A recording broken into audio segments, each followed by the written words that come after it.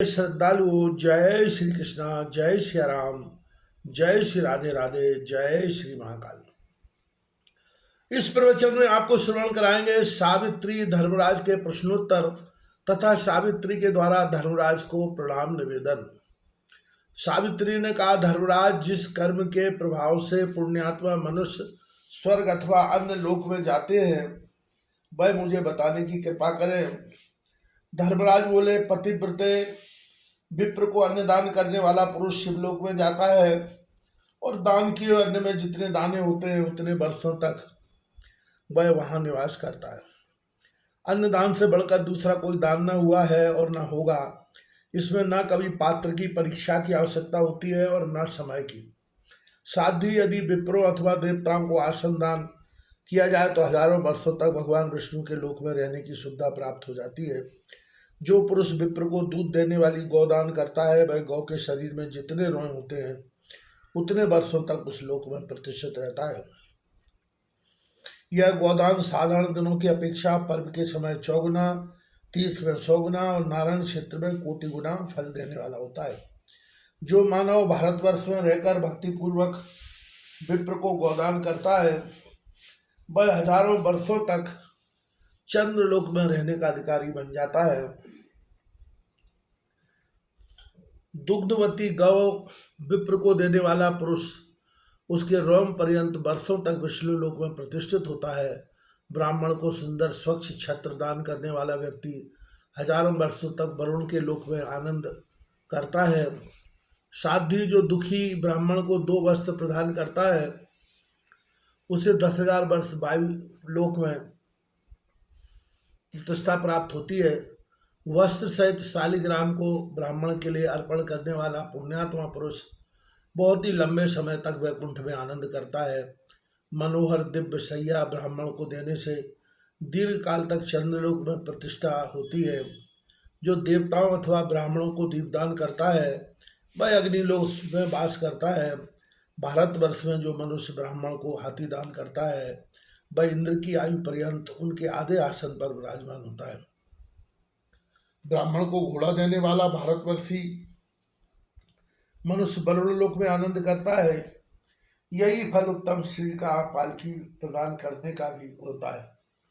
ब्राह्मण को उत्तम बगीचा देने वाला व्यक्ति वायुलोक में प्रतिष्ठित होता है। जो ब्राह्मण को पंखा तथा सफेद चबर अर्पण करता है वह वायुलोक में सम्मान पाता है। धन और रत्न दान करने वाला दीर्घायु और विद्वान हो सकता है। दाता और प्रतिग्रहता दोनों ही वैकुंठ लोक में चले जाते हैं।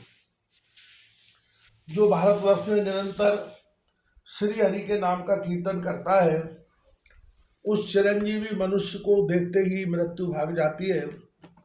भारतवर्ष में जो विद्वान मनुष्य पूर्णिमा की रात में दोलोत्सव मनाने का प्रबंध करता है वह जीवन मुक्त होता है। इस लोक में सुख भोग कर अंत में वह भगवान विष्णु के धाम को प्राप्त होता है। उत्तरा फाल्गुनी में उत्सव मनाने से इससे 2 गुना फल मिलता है। जो भारतवर्ष में ब्राह्मण को तिलदान करता है वह शिव जी के धाम में सम्मान पाता है। इसके बाद उत्तम योनि में जन्म पाकर चिरंजीवी हो सुख भोगता है। तांबे के पात्र में तिल रखकर दान करने से दुगना फल मिलता है। जो सुयोग्य एवं सदाचार संपन्न कन्या को भूषणों से अलंकृत करके वस्त्र सहित भार्या बनाने के लिए ब्राह्मण को अर्पण करता है वह दीर्घ काल तक चंद्रलोक में प्रतिष्ठित होता है। तदनंतर उसका गंधर्व लोक में स्थान पाना सुनिश्चित है। उसके दिन रात सुख भोग में बीते हैं। तत्पश्चात सहस्त्रों जन्म में उसे सती, सौभाग्यवती, सुकुमारी एवं प्रिय भाषण करने वाली सुंदर स्त्री प्राप्त होती है। जो मनुष्य ब्राह्मण को सुपक्व फल प्रदान करता है वह इंद्रलोक में सम्मान पाता है। फिर उत्तम योनि में जन्म पाकर वह सुयोग पुत्र प्राप्त करता है। फल वाले वृक्षों के दान की अपेक्षा इससे 1000 गुना अधिक बताई गई है। अथवा ब्राह्मण को केवल फल का भी दान करने वाला पुरुष दीर्घ काल तक स्वर्ग में वास करके पुनः भारतवर्ष में जन्म पाता है। भारतवर्ष में रहने वाला जो पुरुष अनेक द्रव्यों से संपन्न तथा भांति भांति के धान्यों से भरे पूरे विशाल भवन ब्राह्मण को दान करता है वह उसके फलस्वरूप दीर्घ काल तक देवताओं के लोक में वास पाता है।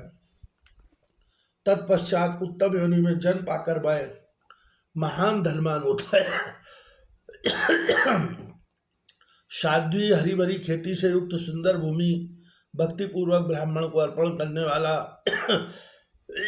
पुण्यात्मा भारतवासी पुरुष निश्चय पूर्वक वैकुंठ धाम में प्रतिष्ठित होता है। जो मानव उत्तम गौशाला तथा गांव ब्राह्मण को दान करता है उसकी वैकुंठ लोक में प्रतिष्ठा होती है। फिर जहाँ भी उत्तम प्रजाएं हों, जहाँ की भूमि पकी हुई खेतियों से लहलहा रही हो, अनेक प्रकार की पुष्करिणियों से संयुक्त हो तथा फल वाले वृक्ष और लताएं जिसकी शोभा बढ़ा रही हूँ, ऐसा श्रेष्ठ नगर भारतवर्ष में रहने वाला जो पुरुष ब्राह्मण को दान करता है वह बहुत लंबे समय पर्यंत कैलाश में सुप्रतिष्ठित होता है। फिर भारतवर्ष में उत्तम जन्म पाकर राजेश्वर होता है, उसे लाखों नगरों का प्रभुत्व प्राप्त होता है, इसमें संशय नहीं है। निश्चित रूप से संपूर्ण ऐश्वर भूमंडल पर उसके पास विराजमान रहते हैं। अत्यंत उत्तम अथवा मध्यम श्रेणी का भी नगर प्रजाओं से संपन्न हो, बापी तड़ाक तथा भांति भांति के वृक्ष जिसकी शोभा बढ़ाते हों, ऐसे 100 नगर ब्राह्मण को दान करने वाला पुण्यात्मा वैकुंठ लोक में से प्रतिष्ठित होता है। जैसे इंद्र संपूर्ण ऐश्वर्य से संपन्न होकर स्वर्गलोक में शोभा पाते हैं, वैसे ही भूमंडल पर उस पुरुष की शोभा होती है। कोटि जन्मों तक पृथ्वी उसका साथ नहीं छोड़ती, वह महान सम्राट होता है। अपना संपूर्ण अधिकार ब्राह्मण को देने वाला पुरुष चौगुने फल का भागी होता है, इसमें संशय नहीं है। जो पुरुष तपस्वी ब्राह्मण को जम्बू द्वीप का दान करता है उसे निश्चित रूप से 100 गुने फल प्राप्त होते हैं।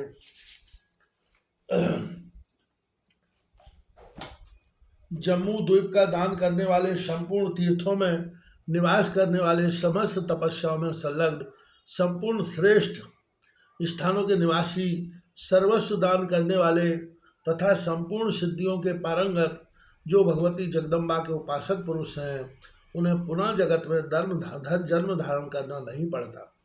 उनके सामने असंख्य ब्रह्माओं का परिवर्तन हो जाता है, किंतु वे भगवती के मणिद्वीप नामक उत्तम स्थान में सुप्रतिष्ठित रहते हैं। भगवती के मंत्र की उपासना करने वाले पुरुष अपना मानव शरीर त्याग करने के पश्चात जन्म मृत्यु एवं जरा रहित वैभव संपन्न दिव्य रूप धारण करके भगवती जगदम्बा की सेवा में संलग्न हो जाते हैं। उन्हें सारूप मुक्ति प्राप्त हो जाती है। ये वे मणिद्वीप में निवास करते हैं। देवता सिद्ध तथा अखिल विश्व ये सबके सब समयानुसार नष्ट हो जाते हैं, किंतु देवी भक्तों का कभी नाश नहीं होता। जन्म मृत्यु और वृद्धावस्था उनके निकट नहीं आ सकती। जो पुरुष कार्तिक मास में श्री हरि को तुलसी से अर्पण करता है वह 3 युगों तक भगवान के भवन में विराजमान होता है। फिर उत्तम कुल में उसका जन्म होता है और निश्चित रूप से भगवान के प्रति उसके मन में भक्ति उत्पन्न होती है। भारतवर्ष में रहने वाले जितेंद्रिय पुरुषों में वह प्रमुख होकर भूमंडल पर सुप्रतिष्ठित होता है। जो पुरुष अरुणोदय के मध्य समय में गंगा में स्नान करता है उसे दीर्घ काल तक भगवान श्री हरि के मंदिर में आनंद लाभ करने का अवसर मिलता है। फिर वह उत्तम योनि में आकर भगवान श्री हरि के मंत्र की उपासना करता हुआ शरीर धारण किए रहता है। पुनः यथा समय मानव शरीर को त्याग कर भगवत धाम में जाता है। वहाँ से पुनः पृथ्वी तल पर आने की स्थिति उसके सामने नहीं आती। भगवान का सारूप प्राप्त कर वह उन्हीं की सेवा में सदा लगा रहता है। गंगा में सर्वदा स्नान करने वाला पुरुष सूर्य की भांति भूमंडल पर पवित्र माना जाता है। उसे पद पद पर अश्वमेध यज्ञ का फल प्राप्त होता है। यह निश्चित है। उसकी चरण रज से पृथ्वी तत्काल पवित्र हो जाती है। वह वैकुंठ लोक में सुखपूर्वक निवास करता है। उस तेजस्वी पुरुष को जीवन मुक्त कहना चाहिए। संपूर्ण तपस्वी उसका आदर करते हैं। जो पुरुष भारतवर्ष में सुवासित जल दान करता है वह कैलाश में आनंद भोगता है। फिर उत्तम योनि में जन्म पाकर रूपवान सुखी शिवभक्त तेजस्वी तथा वेद और वेदांग का पारगामी विद्वान होता है। वैशाख मास में ब्राह्मण को सत्तु दान करने वाला पुरुष शिव मंदिर में प्रतिष्ठित होता है। भारतवर्ष में रहने वाला जो प्राणी श्री कृष्ण जन्माष्टमी का व्रत करता है वह 100 जन्मों के पापों से मुक्त हो जाता है, इसमें संशय नहीं है। भाई दीर्घ काल तक वैकुंठ लोक में आनंद भोगता है। फिर उत्तम योनि में जन्म लेने पर उसे भगवान श्री कृष्ण के प्रति भक्ति उत्पन्न हो जाती है। यह निश्चित है, इस भारतवर्ष में ही शिवरात्रि का व्रत करने वाला पुरुष दीर्घ काल तक शिवलोक में प्रतिष्ठित होता है। जो शिवरात्रि के दिन भगवान शंकर को बिल्वपत्र चढ़ाता है वह अनेक युगों तक कैलाश में सुखपूर्वक वास करता है। पुनः श्रेष्ठ योनि में जन्म लेकर भगवान शिव का परम भक्त होता है। विद्या, पुत्र, संपत्ति, प्रजा और भूमि ये सभी उसके लिए सुलभ रहते हैं। जो व्रती पुरुष चैत्र अथवा माघ मास में शंकर की पूजा करता है तथा बेत लेकर उनके सम्मुख रात दिन भक्ति पूर्वक नृत्य करने में तत्पर रहता है, वह चाहे 1 मास, आधा मास, 10 दिन, 7 दिन अथवा 2 ही दिन या 1 दिन ही ऐसा क्यों न करे, उसे भगवान शिव के लोक में प्रतिष्ठा प्राप्त हो जाती है। साथ ही जो पुरुष भगवती की शरतकालीन महापूजा करता है, साथ ही नृत्य, गीत तथा वाद्य आदि के द्वारा नाना प्रकार के उत्सव मनाता है, वह पुरुष भगवान शिव के लोक में प्रतिष्ठित होता है। फिर श्रेष्ठ योनि में जन्म पाकर वह राजाधिराज होता है। निर्मल बुद्धि, अतुल संपत्ति, पुत्र पौत्रों की अभिवृद्धि, महान प्रभाव तथा हाथी घोड़े आदि वाहन ये सभी उसे प्राप्त हो जाते हैं, इसमें कोई संशय नहीं है। जो पुरुष पुण्य क्षेत्र भारतवर्ष में रहकर शुक्लाष्टमी के अवसर पर महालक्ष्मी की उपासना भक्तिपूर्वक निरंतर एक पक्षवर करता है, 16 प्रकार के उत्तम उपचारों से भली भांति पूजा करने में संलग्न रहता है, वह पुरुष गोलोक में रहने का अधिकारी होता है।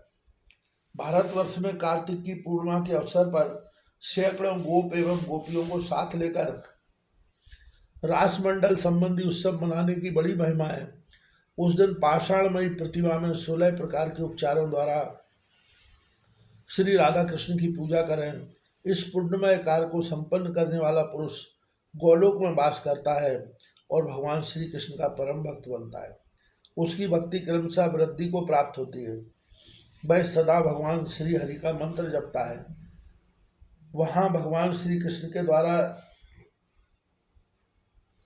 रूप प्राप्त, श्री कृष्ण के समान रूप प्राप्त करके उनका प्रमुख पार्षद होता है। जरा और मृत्यु को जीतने वाले उस पुरुष का पुनः वहां से पतन नहीं होता। जो पुरुष शुक्ल अथवा कृष्ण पक्ष की एकादशी का व्रत करता है उसे वैकुंठ में रहने की सुविधा प्राप्त होती है। फिर भारतवर्ष में आकर वह भगवान श्री कृष्ण का अनन्य उपासक होता है। क्रमशः भगवान श्री हरि के प्रति उसकी भक्ति सुदृढ़ होती जाती है। शरीर त्यागने के बाद पुनः गोलोक में जाकर वह भगवान श्री कृष्ण का सारूप प्राप्त करके उनका पार्षद बन जाता है। पुनः उसका संसार में आना नहीं होता। जो पुरुष भाद्रपद मास की शुक्ल द्वादशी तिथि के दिन इंद्र की पूजा करता है वह सम्मानित होता है। जो प्राणी भारतवर्ष में रहकर रविवार, संक्रांति अथवा शुक्ल पक्ष की सप्तमी तिथि को भगवान सूर्य की पूजा करके हविष्यान्न भोजन करता है वह सूर्यलोक में विराजमान होता है। फिर भारतवर्ष में जन्म पाकर आरोग्यवान और धनाढ्य पुरुष होता है। श्रेष्ठ महीने की कृष्ण चतुर्दशी के दिन जो व्यक्ति भगवती सावित्री की पूजा करता है वह ब्रह्मा के लोक में प्रतिष्ठित होता है। फिर वह पृथ्वी पर आकर श्रीमान एवं अतुल पराक्रमी पुरुष होता है। साथ ही वह चिरंजीवी, ज्ञानी और वैभव संपन्न होता है। जो मानव माघ मास के शुक्ल पक्ष की पंचमी तिथि के दिन संयम पूर्वक उत्तम भक्ति के साथ षोडशोपचार से भगवती सरस्वती की अर्चना करता है वह मणिद्वीप में स्थान पाता है। जो भारतवर्षवासी व्यक्ति जीवन भर भक्ति के साथ नित्य प्रति ब्राह्मण को गौ और सुवर्ण आदि प्रदान करता है वह वैकुंठ में सुख भोगता है। जो भारतवर्ष में प्राणी ब्राह्मणों को मिष्ठान भोजन कराता है वह विष्णु लोक में प्रतिष्ठा प्राप्त करता है। जो भारतवासी व्यक्ति भगवान श्री हरि के नाम का स्वयं कीर्तन करता है अथवा दूसरों को कीर्तन करने के लिए प्रोत्साहित करता है वह एक युग तक वैकुंठ में विराजमान होता है। यदि नारायण क्षेत्र में नामोच्चारण किया जाए तो करोड़ों गुना अधिक फल मिलता है। जो पुरुष नारायण क्षेत्र में भगवान श्री हरि के नाम का 1 करोड़ जप करता है वह संपूर्ण पापों से छूटकर जीवन मुक्त हो जाता है। यह ध्रुव सत्य है। वह पुनः जन्म न पाकर विष्णु लोक को विराजमान होता है। उसे भगवान की शारूपता प्राप्त हो जाती है। वहां से वह फिर गिर नहीं सकता। उसके हृदय में भक्ति सुदृढ़ हो जाती है। फिर वह भगवानमय बन जाता है। जो पुरुष प्रतिदिन पार्थिव मूर्ति बनाकर शिवलिंग की अर्चा करता है और जीवन भर इस नियम का पालन करता रहता है वह भगवान शिव के धाम को जाता है। वह लंबे समय तक शिवलोक में प्रतिष्ठित रहता है। तत्पश्चात भारतवर्ष में आकर राजेंद्र पद को सुशोभित करता है। निरंतर सालग्राम की पूजा करके उनका चरणों तक पाने वाला पुण्यात्मा पुरुष अति दीर्घ काल पर्यंत वैकुंठ में विराजमान होता है। उसे दुर्लभ भक्ति सुलभ हो जाती है। संसार में उसका पुनः आना नहीं होता। जिसके द्वारा संपूर्ण तप और व्रत का पालन होता है वह पुरुष इन सत्कर्मों के फलस्वरूप वैकुंठ में रहने का अधिकार पाता है। पुनः उसे जन्म नहीं लेना पड़ता। जो संपूर्ण तीर्थों में स्नान करके पृथ्वी की प्रदक्षिणा करता है उसे निर्वाण पद मिल जाता है। पुनः संसार में उसकी उत्पत्ति नहीं होती। भारत जैसे पूर्ण क्षेत्र में जो अश्वमेध यज्ञ करता है वह इंद्र के आधे आसन पर विराजमान रहता है। राजसूय यज्ञ करने से मनुष्य को इससे चौगुना फल मिलता है। संपूर्ण यज्ञों से भगवती का यज्ञ श्रेष्ठ कहा गया है। बलान ने विष्णु और ब्रह्मा ने पूर्व काल से देवी की आराधना की है। त्रिपुरासुर का वध करने के लिए महाभाग शंकर ने देवी की आराधना की थी। सुंदरी संपूर्ण यज्ञों में भगवती भुवनेश्वरी का यज्ञ श्रेष्ठ है। त्रिलोकी में इसके समान कोई भी यज्ञ नहीं है। पतिव्रते पूर्व समय की बात है। दक्ष प्रजापति और शंकर में कलह मच गया था। उस अवसर पर दक्ष प्रजापति ने भगवती जगदम्बा का पूजन किया था। ब्राह्मणों ने क्रोध में आकर नंदी को शाप दे दिया। ये तदर्थ भगवान शंकर ने दक्ष के यज्ञ का विध्वंस कर डाला। पुनः दक्ष प्रजापति देवी का यज्ञ करने में संलग्न हो गए। धर्म कश्यप शेषनाग कर्दम मुनि स्वयंभु मनु उनके पुत्र प्रियव्रत शिव सनत कुमार कपिल तथा ध्रुव भगवती भुवनेश्वरी का यज्ञ कर चुके हैं। देवी का यज्ञ करने वाला पुरुष हजारों राजसूय यज्ञों का फल निश्चित रूप से पा जाता है। देवी भक्त 100 वर्षों तक जीवन धारण करके अंत में जीवन मुक्त हो जाता है। इसमें संशय नहीं है। भामनी जिस प्रकार देवताओं में विष्णु, वैष्णव पुरुषों में नारद, शास्त्रों में वेद, वर्णों में ब्राह्मण, तीर्थों में गंगा, पुण्यात्मा पुरुषों में शिव, व्रतों में एकादशी, पुष्पों में तुलसी, नक्षत्रों में चंद्रमा, पक्षियों में गरुड़, स्त्रियों में भगवती, मूल प्रकृति राधा, सरस्वती और वसुंधरा, चंचल स्वभाव वाली इंद्रियों में मन, प्रजापतियों में ब्रह्मा, प्रजाओं में राजा, वनों में वृंदावन, वर्षों में भारतवर्ष, श्रीमानों में लक्ष्मी, विद्वानों में सरस्वती, पतिव्रताओं में भगवती दुर्गा और सौभाग्यवती श्री कृष्ण पत्नियों में श्री राधा सर्वोपरि मानी जाती है।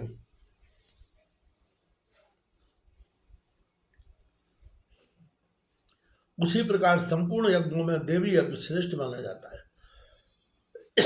संपूर्ण तीर्थों का स्नान, अखिल यज्ञों की दीक्षा तथा समस्त व्रतों एवं तपस्याओं और चारों वेदों के पाठ का तथा पृथ्वी की प्रदक्षिणा का फल अंत में यही होता है कि भगवती भुवनेश्वरी की उपासना को करके पुरुष मुक्ति प्राप्त कर ले। पुराणों, वेदों और इतिहासों में सर्वत्र भगवती जगदम्बा के चरण कमलों की उपासना को ही सारभूत माना गया है। देवी के स्वरूप का वर्णन, उनका ध्यान, उनके नाम और गुणों का कीर्तन, स्तोत्रों का पाठ, नमस्कार, जप, उनका चरणोदक और नैवेद्य ग्रहण करना यह नित्य का परम कर्तव्य है। शादी से सभी चाहते हैं और सर्वसम्मति से यही सिद्ध भी है। बद से अब तुम मूल प्रकृति निर्गुण पर ब्रह्म की निरंतर उपासना करो। मैं तुम्हारे पतिदेव को लौटा देता हूँ। इन्हें ले जाओ और सुखपूर्वक अपने भवन में वास करो। मनुष्यों का यह मंगलमय कर्म विपाक मैंने तुमको सुना दिया। यह प्रसंग सर्वेक्षित, सर्वसम्मत तथा तत्व ज्ञान प्रदान करने वाला है। भगवान नारायण कहते हैं, नारद धर्मराज के मुख से उपर्युक्त वर्णन सुनकर सावित्री की आंखों में आनंद के आंसू झलक पड़े। उसका शरीर पुलकायमान हो गया। उसने पुनः धर्मराज से कहा। सावित्री बोली, धर्मराज, वेद वेत्ताओं में श्रेष्ठ प्रभु, मैं किस विधि से उन भगवती भुवनेश्वरी की आराधना करूं, यह बताइए। भगवान, मैं आपके द्वारा मनुष्यों के मनोहर शुभ कर्म का विपाक सुन चुकी। अब आप मुझे अशुभ कर्म विपाक की व्याख्या सुनाने की कृपा करें। ब्रह्मन सती सावित्री इस प्रकार कहकर फिर भक्ति से अत्यंत नम्र हो वेदोक्त स्तुति का पाठ करके धर्मराज की स्तुति करने लगी। सावित्री ने कहा, प्राचीन काल की बात है, महाभाग सूर्य ने पुष्कर में तपस्या के द्वारा धर्म की उपासना की। तब धर्म ने जिन्हें पुत्र रूप से अपने को प्रदान किया, उन भगवान धर्मराज को मैं प्रणाम करती हूँ, जो संपूर्ण भूतों में क्षमता रखते हैं, सबके साक्षी हैं, जिनका नाम समन है। उन भगवान समन को मैं प्रणाम करती हूँ, जो काल के अनुसार इच्छा पूर्वक विश्व के संपूर्ण प्राणियों का अंत करते हैं। उन भगवान अंत को मैं प्रणाम करती हूँ, जो जगत पर नियंत्रण करने के लिए तथा पापी जनों को शुद्ध करने के निमित्त संपूर्ण जीवों के शासक बनकर हाथ में दंड धारण करते हैं। उन भगवान दंडधर को मेरा प्रणाम है, जो विश्व के संपूर्ण प्राणियों के समय का निरंतर परिगणन करते हैं। जो परम दुर्धर्ष है, उन भगवान काल को मैं प्रणाम करती हूँ। जो तपस्वी, ब्रह्मनिष्ठ, संयमी, जितेंद्रिय और जीवों के लिए कर्म फल देने में उद्यत हैं, उन भगवान यम को मैं प्रणाम करती हूँ। जो अपनी आत्मा में रमण करने वाले, संपूर्ण ज्ञानों के संपन्न पुण्यात्मा पुरुषों के लिए मित्ररूप तथा पापियों के लिए कष्टप्रद है, उन पुण्यमय नाम से प्रसिद्ध भगवान धर्मजय को मैं प्रणाम करती हूँ। जिनका जन्म ब्रह्मा के अंश से हुआ है तथा ब्रह्म तेज से जो सदा प्रज्वलित रहते हैं, एवं जिनके द्वारा परब्रह्म का सतत ध्यान होता रहता है, उन ईश नामधारी भगवान धर्मराज को मेरा प्रणाम है। उन्हें इस प्रकार प्रार्थना करके सावित्री ने धर्मराज को प्रणाम किया। तब धर्मराज ने सावित्री को भगवती मूल प्रकृति के मंत्र तथा शुभ कर्म के विपाक का प्रसंग सुनाया। जो मनुष्य प्रातःकाल उठकर निरंतर इस यमाष्टक का पाठ करता है, उसे यमराज से भय नहीं होता और उसके सारे पाप नष्ट हो जाते हैं। यदि महान पापी व्यक्ति भी भक्ति से संपन्न होकर निरंतर इसका पाठ करता है, तो यमराज अपने काय व्यू से निश्चित ही उसकी बुद्धि शुद्ध कर देते हैं।